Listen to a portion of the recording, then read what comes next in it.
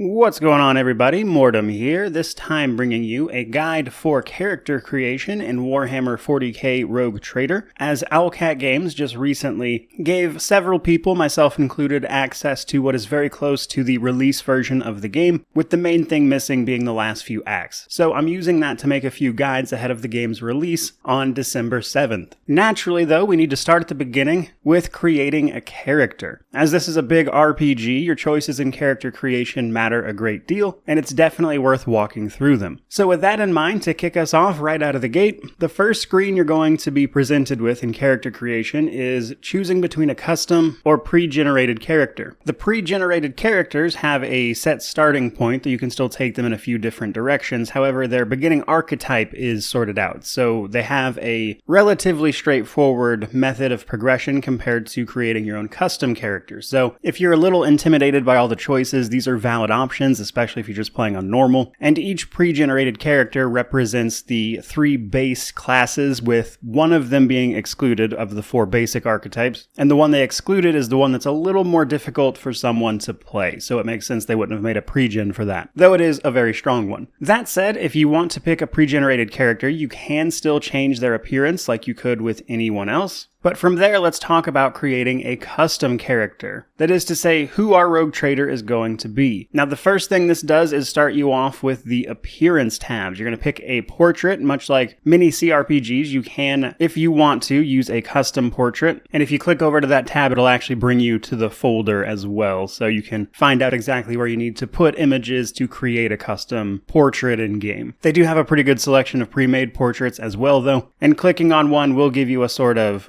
base starting point for your character's appearance as well. And while not necessarily a big change, I actually do like that, because that makes sure that your character at least lines up a little bit with the portrait you selected, which is a little touch, but I like it. Now, the rest of the appearance options are basically what you would expect. You can change body type, facial features, hair, eyebrows, pick the color of those things. You can also put tattoos on your character. You can pick up to 5 layers of different tattoos, alongside things like augmentations, as this is set in Warhammer 40k, so naturally, being almost a cyborg is definitely something you can do. You can pick a variety of augmentations, usually a couple. But the first big choice you make in terms of defining your character outside of appearance is what world your character is from. Warhammer 40k is divided up into a large variety of different kinds of worlds, each one of them representing a certain way of life, so to speak, or lack thereof in some cases. And what type of world you hail from comes with a variety of bonuses. Though right here at the beginning, it's worth mentioning the 3 main things a world selection is going to do for you. The main thing right at character creation is that it is going to modify your characteristics. That is to say, it's going to make a stat adjustment based on where you're from. This can be positive and negative, unless you pick Imperial World, at which point it's just purely positive. But then we have the features and the talents. The feature is what you'll get right at character creation. So for Death World, we can grab Survival Instinct, which gives you this ability right away, which in the case of Death World simply makes them much more survivable. However, talents, when you meet certain level requirements, you'll be given a talent selection, and these for each planet will be added to the list of possible choices. So you don't get the talents right away, you get the features right away. So with those things in mind, let's talk about each of these worlds individually. So Death Worlds are pretty self-explanatory. They are places where living is incredibly difficult, and if it wasn't for the resources on them, we probably wouldn't be there. People from Death Worlds make great survivors thanks to their Survival Instinct feature, which grants them temporary health when they drop below a minimum. Wounds, by the way, is your HP in this game. And they also gain a variety of strength and physical bonuses. They do, however, take negatives to Fellowship, which makes them a poor leader, which is a type of class, and they also take a hit to their intelligence. Now, as they're leveling up, Death World characters could potentially gain extra crit chance against bleeding targets or half-dead targets, which can make them incredibly deadly, as they can also get extra crit chance for using certain types of weapons, and they even get stronger as they get injured. Or at least they can if they take the talents for it. So, to summarize, Death World characters are great for physical characters that are often in melee, as they get a bunch of bonuses to exactly that. Next up, though, we have Voidborn. Voidborn are essentially people that were born in space. In a world like this, this, sometimes with massive crews of void ships, many of them are born and will die on that ship, having never seen a planet. And often these people are referred to as voidborn. They gain bonuses to willpower and intelligence, and thanks to probably traveling through the warp fairly often, they make great Psykers thanks to their willpower bonus. Now their feature, Fortune, allows them to re-roll any failed attack, dodge, parry, characteristic, or skill test. So basically they can just re-roll any roll they make with a 20% chance of success,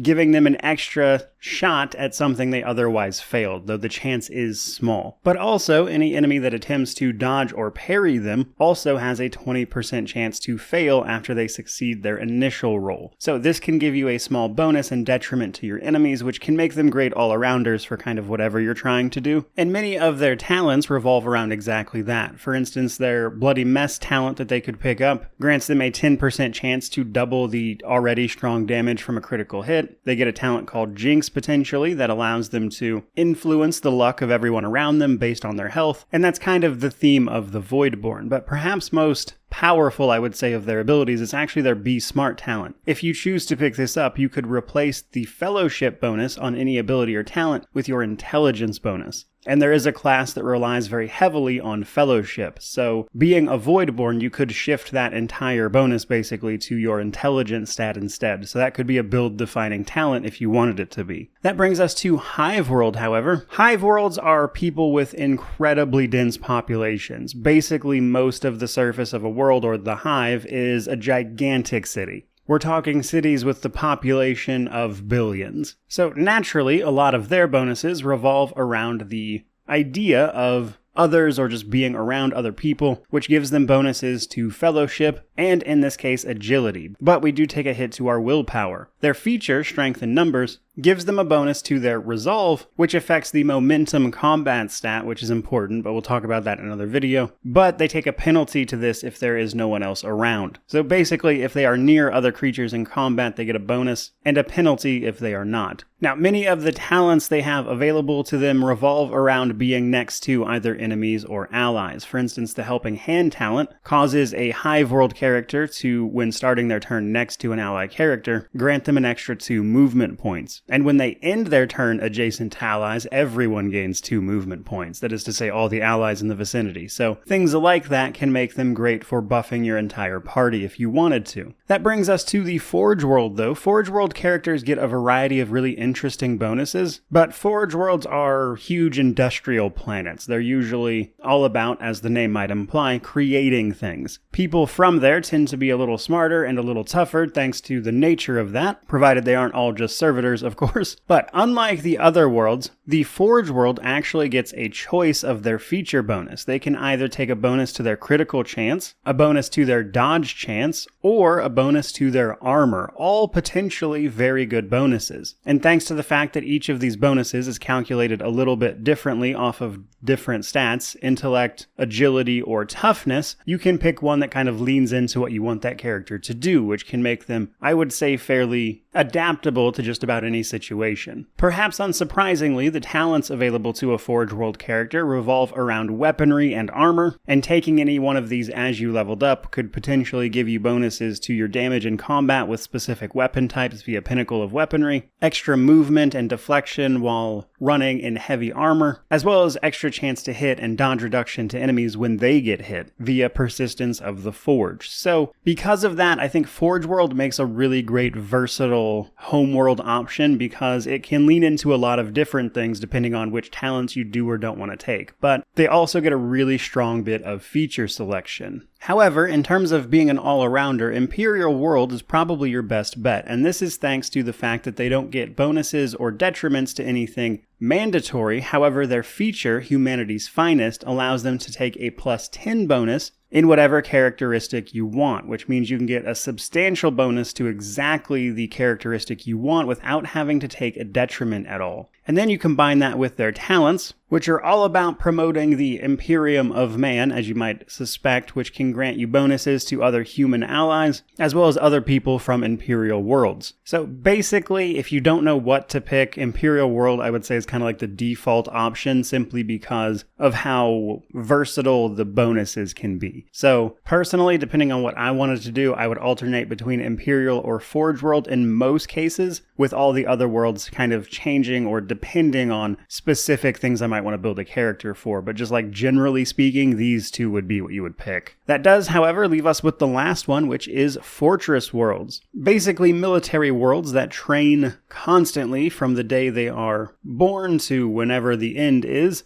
to be ready to defend the Imperium of Man, which makes it perhaps a little interesting that they take a hit to their fellowship or their camaraderie stats, so to speak, but they do get bonuses to perception and willpower. Their feature, Never Stop Shooting, allows them to, on killing enemies, grant a % chance to give them extra attacks in combat, which can be a pretty good feature to be sure, alongside with their potential talent pickups, giving them bonuses to ballistic skill, which is your ranged weaponry, perception, and willpower in combat via Combat Addict, alongside a few different talents that buff their Never Stop Shooting feature to be more effective. But also via something like Spare Magazine, they could also reload in combat for the cheap, but unless you're using a low capacity magazine, that doesn't come up a ton exactly. But after you pick your homeworld, giving you those base bonuses, the next thing you pick is your origin, which is one of, I would say, the two biggest choices you're going to make in character creation, which are origin and archetype. Origin is what your job was before you became the rogue trader, and then your archetype is more like a class. So naturally, origin is an especially important choice because of the roleplay implications at the same time. Depending on your choices here, it can have some pretty interesting effects on both what you're able to do as well as your triumph and darkest hour, as those are based on your origin. But let's not get too far ahead of ourselves and go through these origins one by one, starting with the Astra Militarum Commander, that is to say the Imperial Guard. Right away, they're going to get Regimental Tactics, which is an ability they can use, which is the case for most of the features for these, that allows others to deal additional damage to enemies adjacent to the commander and their allies, but you can only use this once per combat, but it is a pretty strong ability. They also get bonuses to ranged weaponry, perception, medical, and athletics. Now, after character creation, when they're leveling up, they also get an option to increase their perception and Medicae on top of picking a few unique talents. Now, like most of the origins, the talents usually buff their ability in some way. So the Astra Militarum Commander gets several potential talents they could pick up that affect their Regimental Tactics ability, as you can see. So these are bonuses you could get to potentially make that ability even stronger. Next up, we have the Commissars, or the officers, basically, of the Astra Militarum. They get bonuses to weapon skill, which is to say melee weapons, fellowship, athletics, or coercion, basically reflecting their job as an officer. Their feature is at all costs, which gives their next single shot or single target melee attack the ability to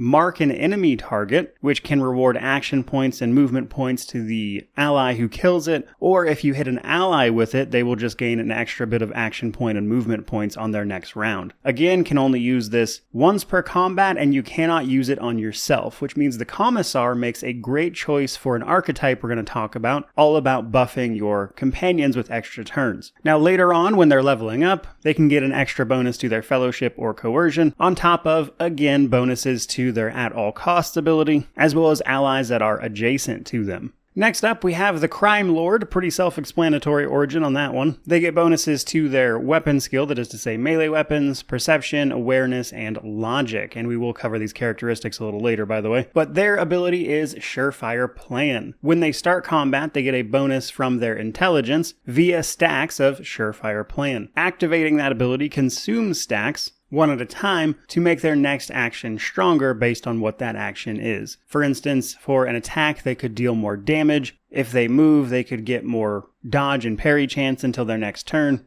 Or they could even debuff enemies. Now, unlike the others, this can be used more than once. You can use this multiple times per turn even. But once you're out of the stacks of Surefire Plan, they're just out. And this can be a slightly more active way to play a character, so to speak, due to the various ways you can use that ability. Now, as they level up, they can get a bonus to their perception and awareness, and their talents they could pick up as they level up can actually give them extra stacks of Surefire Plan, such as through Killing Plan, which can restore stacks of it mid-combat. And then the other talents typically just buff the bonuses from that ability. Now, all in all, I would say that makes Crime Lord a pretty versatile origin, just because Surefire Plan can be used in a variety of ways that you can adapt to your situation. So, as is probably intended, Crime Lord is a very adaptable origin for just about any archetype. Which then brings us to the Ministorum Priest, the Ecclesiarchy, if you will, which naturally see to the religious needs of the Imperium, and they get bonuses to lore, medical, willpower, and toughness, but their War Hymn ability is a really great support ability. Once per combat, they can give a potentially huge bonus to your momentum, which will make a little more sense when I talk about combat, but this ability can effectively allow you to activate a sort of ultimate ability on a character much sooner, and you can increase how much momentum you gain from War Hymn based on the amount of enemies already around you or the amount of times you've hit enemies as well. So basically, you can use War Hymn to potentially get those big ultimate abilities much faster if you use it correctly. One of our companions has this by default, which is Argenta. Now, as they level up, they can pick up Willpower and Imperium, and unsurprisingly, their talents buff War Hymn in some way. For instance, Litany of Hatred causes the priest and the allies within the War Hymn radius to gain extra damage on their single target hits and attacks of opportunity for the next round, so that could also be really great as well. They do get a couple other abilities that grant them extra damage to demons and Psykers, however, and while a little bit niche, could potentially find some use in certain areas to be sure, though one of their cooler talents is actually the Emperor Protects, which gives them a percentage chance based on their willpower to just flat out ignore an enemy attack, and if you find ways to buff and really max out your willpower stat, that could actually get a lot of use. But ultimately, the priest origin is, I would say, a little more suited to general support thanks to War Hymn. But then we have our Navy officer, people in charge of the various Voidship fleets out there. They get bonuses to agility, fellowship, commerce, and demolition. Their ability is Brace for Impact, which allows them for 1 round in a 3-cell radius around the officer to grant your allies deflection, which is a flat damage reduction. And this increases based on the archetypes that you've taken, with a potential 3 being allowed, which could bring this at max, so to speak, up to a +6, that is to say just reducing all damage by 6 for a round. So decent, but definitely defensive in nature, which makes it, I would say, suited for the Vanguard archetype, which is a defense-oriented archetype. Now, as they level up, they could get bonuses to agility and demolition, but their talents, as you might have guessed, are all about buffing up Brace for Impact, with pretty much all of them just granting extra bonuses on top of the abilities, such as extra movement points to get out of the way from people, pushing enemies back from your characters, and reducing damage they take from like attacks of opportunity, which again just makes it a really good defensive option for an origin. Now, next up we have the Noble. I don't think anybody needs the concept of nobility explained to them, but nobles of the Imperium exist, and that's what this origin is all about. Though as a rogue trader, you kind of become a sort of noble regardless, but as such, they get bonuses to their intelligence, coercion, persuasion, and fellowship. Another great option for a character that's all about talking their way out of problems, potentially. Their ability is You Serve Me. They get to designate an ally as their servant. Anytime their abilities affect that servant gains a bonus to all of their characteristics until the noble's next turn. The servant also gets extra crit chance on any target that the noble is also hitting. So once per combat, you can effectively assign this to someone. Now, as they level up, they get extra bonuses to fellowship and persuasion, and their potential talent picks grant extra bonuses to the servant they assign every round, such as giving it extra movement points, extra action points, pretty much what you'd expect. But that brings us to what is hands down the most interesting as far as the origin characters, which is the Sanctioned Psyker. And I say that because Sanctioned Psyker has so many different options available to it that it might as well basically be its own archetype. But that wouldn't really work for the way the lore of Warhammer 40k works, so it is an origin.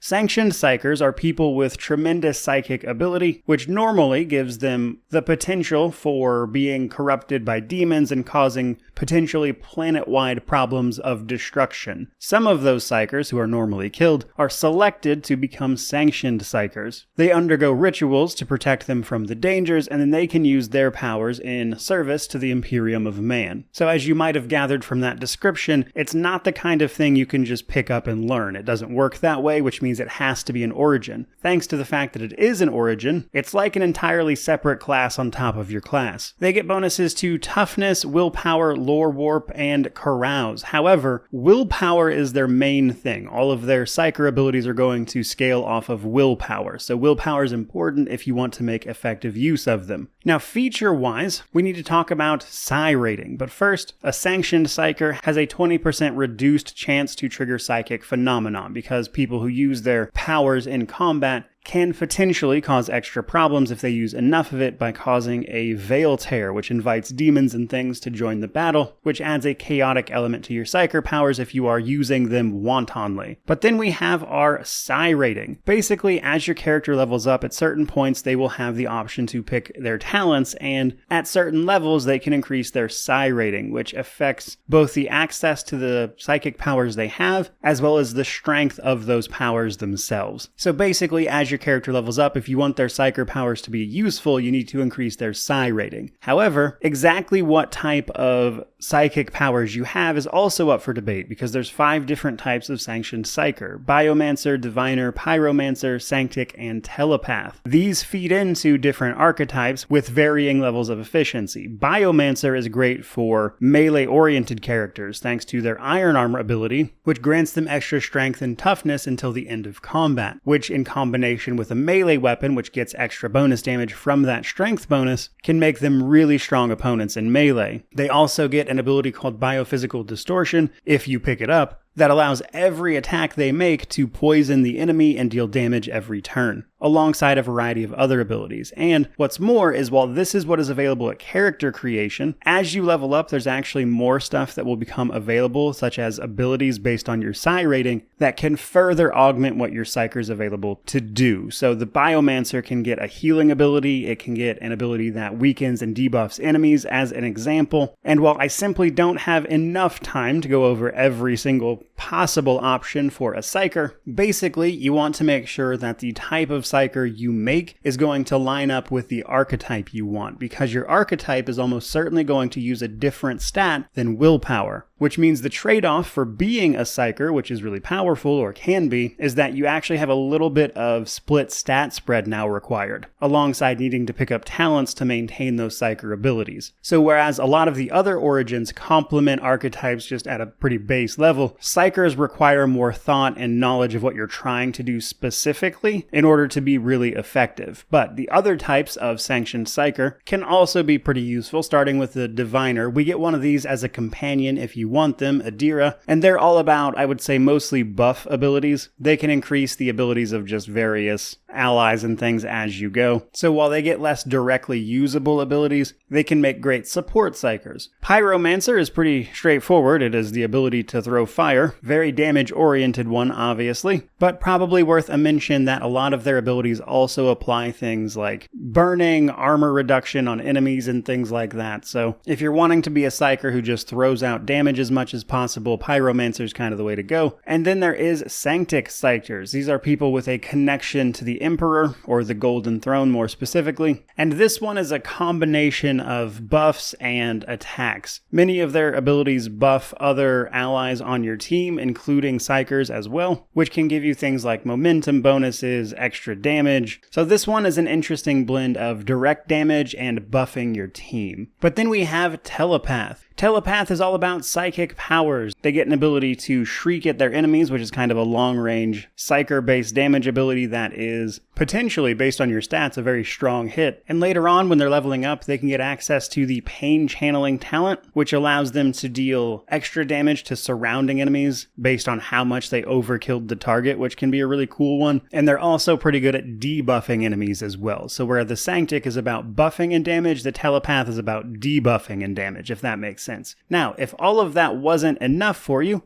you can actually mix and match your sanctioned Psyker a little bit. As you level up, it is possible to pick up the other disciplines of Psyker. For instance, Adira actually has Telepath and Diviner. And if you're playing a Psyker, you can also do this. But again, you have to balance picking up those versus picking up abilities and things for your actual archetype, which we're about to get to. Now that brings us to Triumph and Darkest Hour. These are both a selection of 3 choices that detail your past glories or failures. This is based on the origin you pick, meaning that you'll get 3 unique choices for both of these options, unique to each origin. And these form the basic background of your character, while also having other potential effects as well, but effectively these are role-playing choices. Now that brings us to our archetypes. These are effectively your class. They work in combination with your homeworld and origin to make the bulk of what your character is good at. You can see here that they are divided into 3 tiers, which are effectively basic, advanced, and exemplar. Your build, if you will, is defined by the first and second tier, with the exemplar being a sort of final progression track that allows you to pick and choose abilities from your previous 2 archetypes to allow you to advance them further. So the exemplar archetype at the end is like being an exemplar of the previous classes you have picked. Now right here at character creation, you're just going to pick your level 1 archetype, and you can see by mousing over it which advanced archetypes will be available to you later. So this choice is important as you cannot mix and match freely, but rather each starting archetype has a choice of 3 of the advanced archetypes when they hit level 16, which might sound like a ways into the game, but that is effectively once you leave the first act of the game, you'll then be able to pick your advanced archetype. But I want to go over and explain all of these to some degree, though most of them are pretty self-explanatory. Warrior is all about melee attacks, on top of movement, dodge, and soaking up damage via things like Endure. Basically, if you want to play a melee-oriented character, Warrior is the archetype that you want. Next up, we'll talk about the Operative. The Operative is all about tearing down the defenses of your enemies. They get abilities that apply the status condition called Exploit, which allows them to deal extra damage to enemies, and then a few levels in, they get Expose Weakness, which allows them to remove exploit stacks to reduce the enemy's defenses. That's kind of the core of what they do. So realistically, you probably want at least 1 operative on your team, just so you can have someone who can tear the defenses off of, say, a boss. Then we have Marksman. This is basically your ranged option. If you want to use guns, flamers, etc., Marksman is what you want. They get all sorts of bonuses to their ballistic skill, which is their ranged weaponry. They get the run and gun skill, which allows them to attack, activate run and gun, and then move and attack again. And their ultimate ability, Military Excellence, or their heroic act, is honestly one of the stronger ones because it allows you to make multiple ranged attacks, and if you have a really high chance to hit, it can just be absolutely devastating, which is why our Adepta Sororitas companion, Argenta, who uses this archetype, is one of the better damage dealers of the game, because they don't have to worry about closing distance like a warrior does. Now, there is a more, I would say, interesting final option, and that is the officer. The officer is all about granting your party extra turns, as well as buffing them. This can combine really, really well with things like the Commissar origin to give you some really impactful ways to provide serious bonuses to your allies, which include just straight up giving them extra turns. Their ability Bring It Down allows them to make extra attacks without giving them any extra movement points, and then their heroic ability, Finest Hour, just gives them a full extra turn. And that, combined with their Voice of Command ability, which can be buffed up to give all sorts of bonuses to a specific target, which is then further increased by the other abilities that the officer is going to get, makes them a really natural choice for a leader type character. You don't necessarily need to play this on your rogue trader by any means, but you probably want 1 or 2 officers on your team just so you can give your damage dealers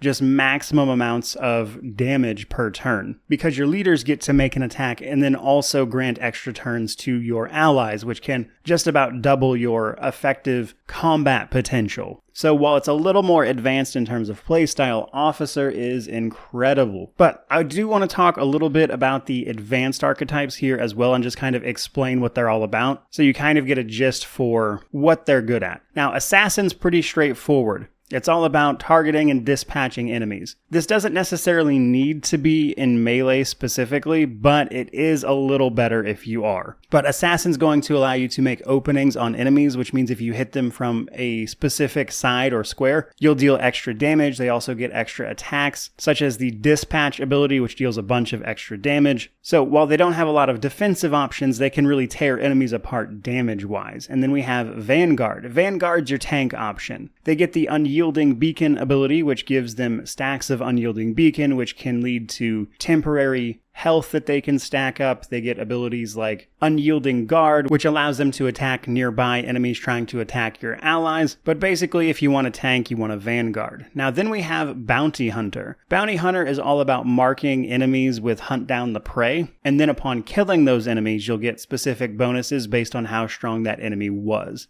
This is effectively like the ranged version of Assassin, where you can mark enemies and get extra abilities such as Call the Bold that give them all sorts of ways to just at range really tear apart enemies. Then we have Master Tactician. This one is interesting. Basically, as you gain momentum in combat, you'll gain stacks of tactical advantage. You can then spend those stacks of tactical advantage on things like Press the Advantage, which just gives you extra damage for every stack you consume, and later on you even get abilities like Inspire that allow you to target your allies and give them the bonuses of your tactical advantage. So this feeds pretty naturally for something like Officer to allow you to have other ways of buffing your allies with extra damage or even yourself to make sure you're really hitting as hard as possible. Now, Grand Strategist, I would say, is probably the most difficult of the advanced archetypes to play, but it is very interesting. They get access to the Combat Tactics ability, which allows them to mark 3 specific areas of the battlefield as frontline, backline, and rear. Basically, areas on a grid that you designate will be the areas of the battlefield that then gain specific bonuses based on who is in those marked areas. And then later on, they get abilities that debuff enemies and then buff your allies within those zones of control. So while Grand Strategist can be a little tricky to play, as you have to focus on moving those areas and adjusting them as needed in the middle of combat, if you can get it all sorted out, it can be an effective way to buff and organize your team. But again, it does require a bit more management, so to speak, than the other archetypes might. Lastly, we have the Arch-Militant. This is your sort of all-arounder. Their big ability is called Right Tool for the Job, which allows them to alternate different types of attacks, including like single target versus melee types of the same weapon, to gain stacks of Right Tool for the Job. And when they do this, they'll gain extra bonuses to their weapon and ballistic skill, alongside extra damage when they have enough stacks. And then they also get several abilities that interact and play with those stacks and also give them battlefield control as well. So that, combined with some buffs they can give themselves, is what makes Arch-Militant, I would say, a great all-around damage dealer. If you don't necessarily want to specialize in like melee or range damage and you kind of want to do a little bit of everything, Arch-Militant can be a great option for that, which covers the basics of what to expect from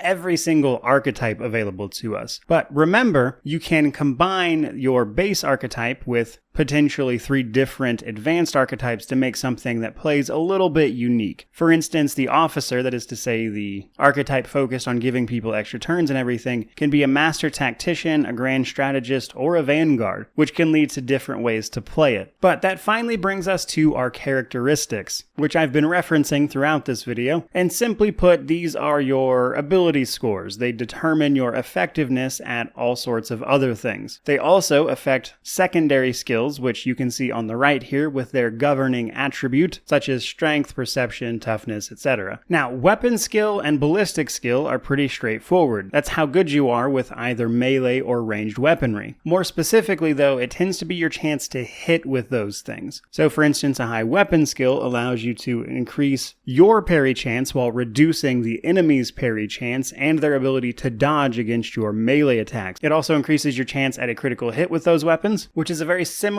case for ballistic skill, but for ranged. But then we have other stats. Strength is pretty straightforward. This gives us extra damage with melee weapons, and it also affects your athletics skill, how physically strong you are. Toughness determines how easily you get hurt in combat. In combat, we can gain injuries, which can then lead to traumas, which is how the game can potentially lead you into failure because you normally heal after combat, but you will keep injuries and traumas. Toughness can prevent those from popping up. It also affects your chance to resist negative physical effects, your overall amount of HP, and the carouse skill. Carouse is basically your ability to handle negative substances, let's say, such as alcohol. Next up is agility. This is your analog for dexterity, more or less. This increases your character's initiative, which is to say how fast they move in the turn order. As this is a turn-based game, it also increases their dodge chance and their ability to reduce the dodge chance of enemies. It also affects the demolition skill, which is naturally explosives and things. Then we have intelligence, obviously a measure of someone's intelligence. This affects your lore skills, logic, metacay, and tech use. Outside of abilities that specifically mention intelligence being their stat, this affects the most amount of the secondary skills, as you can see on screen here from all those highlights. Then we have perception. This affects your awareness skill, which makes you more likely to notice hidden things in the environment, on top of reducing enemies' dodge chance against you. While not explicitly required for many builds, you probably want someone with high awareness just so you can spot the hidden items and goods in a particular map. So someone having high perception is great. Willpower is all about your Psykers. Psykers need willpower more than anyone else because while having a high willpower can reduce your chance of getting negative mental effects placed on you,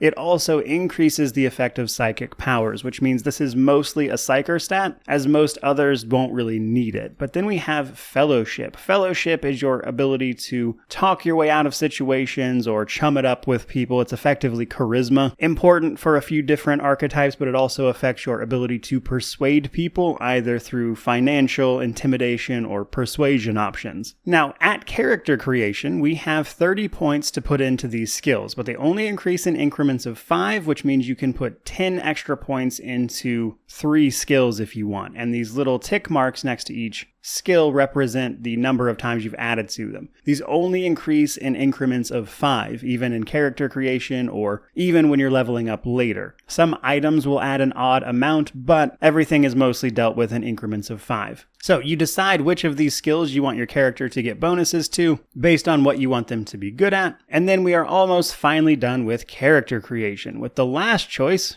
being all about picking your starting Voidship. As a rogue trader, will be traveling the expanses of space, and you can pick what you want your starting ship to look like. You will be able to customize like weaponry and upgrade hulls and shields later, so I wouldn't really worry about the stat side of this. This is mostly just a cosmetic choice. And you can also name said ship. And then before you start the game, you'll get a summary of all your different choices. So I hope you enjoyed that look at character creation and a breakdown of what some of these choices are and what they mean. I will be following this up with a guide to things like combat, etc., so you can see some of this stuff in a more action-oriented setting. But at some point, once I've got all these guides done and made, I'll likely combine them all together in a sort of new player's guide so they're in one place. But I hope this helped you get an idea of what was available in character creation for this game, what some of your options were, and how those options actually affect the gameplay. So with all of that said, thank you so much for watching. I really do appreciate it. May you wander in wisdom and have an amazing day.